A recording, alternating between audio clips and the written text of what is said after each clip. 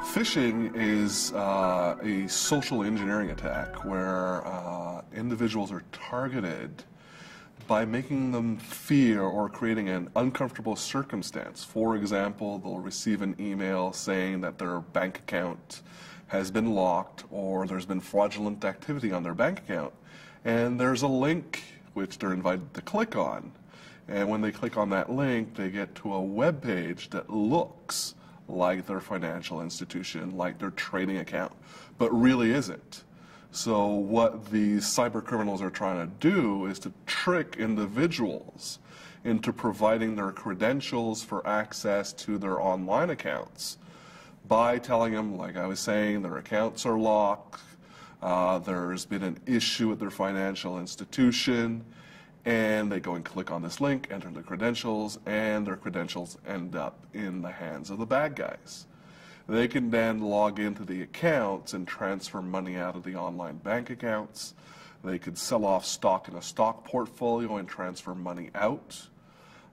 So it's a technique to gain access to accounts. It could also be, there's been situations that we've called spear-phishing, where individuals are specifically targeted because of their role.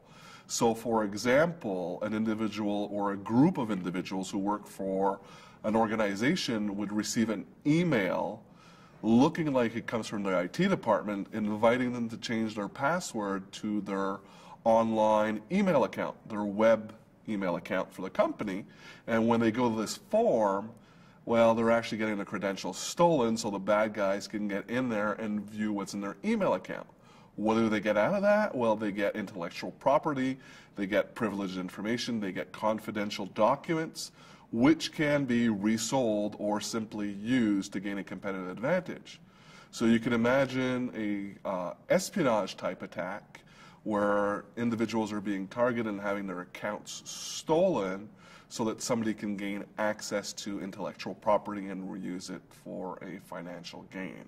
So we've got phishing, which is a broad-scale attack, inviting people to visit a website based on a fear that's generated, uncertainty or doubt. Then you have spear phishing, where specific individuals are targeted.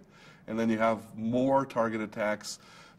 I've seen the name whale phishing being used, as in a large target. One of these scams came out last year, where an individual would receive this email saying, and the individual most of the time would be a CEO, a CFO, a chief compliance officer, chief money laundering officer, would receive an email saying, you've been indicted by the Department of Justice.